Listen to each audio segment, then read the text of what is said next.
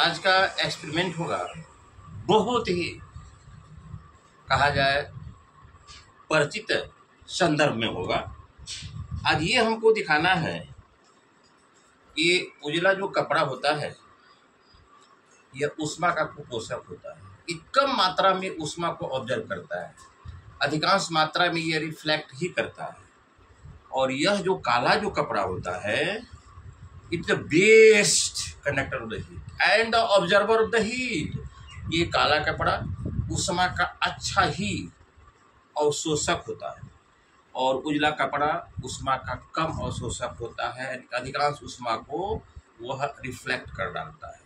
तो हम लोग क्या करेंगे, अब देख रहे हैं 2 कंटेनर में पानी है, 2 कंटेनर में पानी है, दोनों पानी नॉर्मल टेम्परेचर में कमरे के ताप पर है। पहले इसे थर्मामीटर से मापा जाता है और माप कर मैं आपको यह दिखाऊंगा कि इनिशियल स्टेज में कमरे के ताप पर इसका टेम्परेचर कितना है। इसके बाद कुछ देर के लिए एक को उजले कपड़े से दूसरे को काले कपड़े से मैं ढक दूंगा, मुश्किल से 10 मिनट के लिए। अब तब देखेंगे हम लोग कि लैब थर्मामीटर अपने रीडिंग को क्या बता रहा है। जो रीडिंग बताएगा उस आधार पर मैं एक्सप्लेनेशन करूंगा।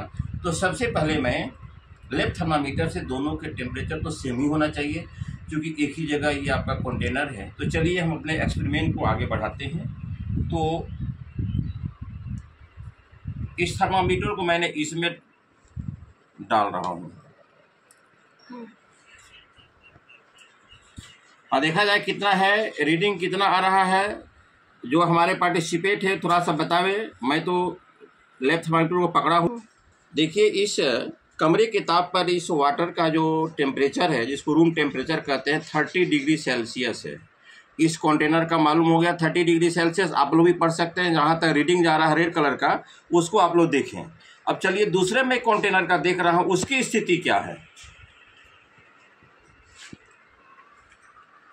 इसमें भी हमारे जो पार्टिसिपेटेड हैं, जो लोग हमारे सहयोगी हैं वह बताएंगे, क्योंकि मैं तो थोड़ा सा इसका देखिए 31 नियर अबाउट है कमरे का टेम्परेचर के बराबर। लगभग में 30 और 31 हो सकता है, हल्का सा पानी के टेम्परेचर में अंतर हुआ हो। दोनों कंटेनर का टेम्परेचर 30 ही है, यह भी 30 है आपका, यह भी 30 है। अब इसको मैं क्या करूँगा, मात्र 10 मिनट के लिए मैं धूप में रख देता हूँ। अब देखिए इसको हम इस कंटेनर में जो पानी है इस पानी को एकदम सावधानी पूर्वक पेशेंस से ले जाकर धूप में रख देता हूँ। और धूप में रखते हुए मैं आप लोगों को दिखाऊंगा कि वास्तविकता क्या है। तो मैं चलिए पहले इसको ढक देता हूँ। चलिए पहले मैं ले चलूँगा, उसके बाद इसको ढकूँगा।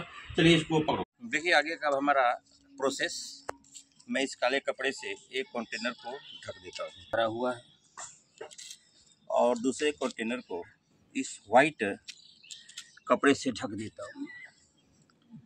अब इस सजे हुए सारे कंटेनर को, कपड़े को कुछ देर के लिए मैं छोड़ देता हूँ, नियर अबाउट 10 मिनट्स। उसके बाद इसके टेम्परेचर को पुनः मैं लैब थर्मामीटर से मेजरमेंट करूँगा। तब तक वेट। काले कपड़ा से ढका हुआ था, ये उजला कपड़ा से ढका हुआ था। अब इसको हम क्या करते हैं, अपने क्या कहते हैं, लैब रूम में ले जा रहा हूँ, जहाँ के दोनों के टेम्परेचर को पुनः मेजरमेंट करूँगा। चलिए थोड़ा सा वेट। अब देखिए मैं अपने प्रोसेस को आगे बढ़ा रहा हूँ। इस काले कपड़े को हटा रहा हूँ और ये वाइट क्लॉथ को भी हटा रहा हूँ। अब दोनों के टेम्परेचर को मेजरमेंट करूँगा मैं। अब देखिए इसका 30 था और इसका भी 30 था। अब देखा जाए ये टेम्परेचर कितना दे रहा है। अब देखिए टेम्परेचर कितना दे रहा है।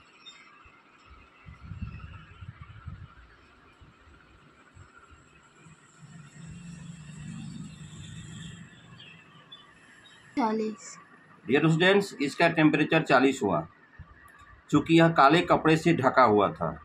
अब दूसरे कंटेनर में चल रहा हूँ।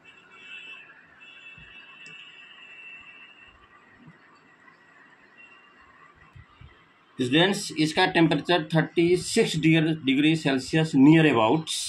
अब चलिए मैं इस पर एक्सप्लेनेशन करता हूँ। मैंने दोनों कंटेनर में पानी लिया था, आप लोगों ने देखा था। यह भी रूम टेम्परेचर पर 30 डिग्री सेल्सियस, यह भी रूम टेम्परेचर पर 30 डिग्री सेल्सियस।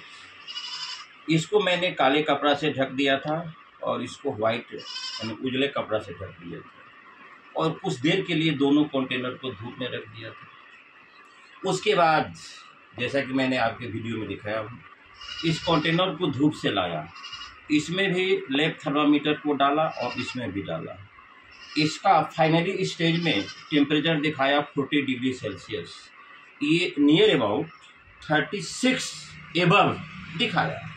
तो अब बताइए इसका 40, इसका 36, क्योंकि यह काले कपड़ा से ढका गया था, ये उजले कपड़ा से ढका गया था।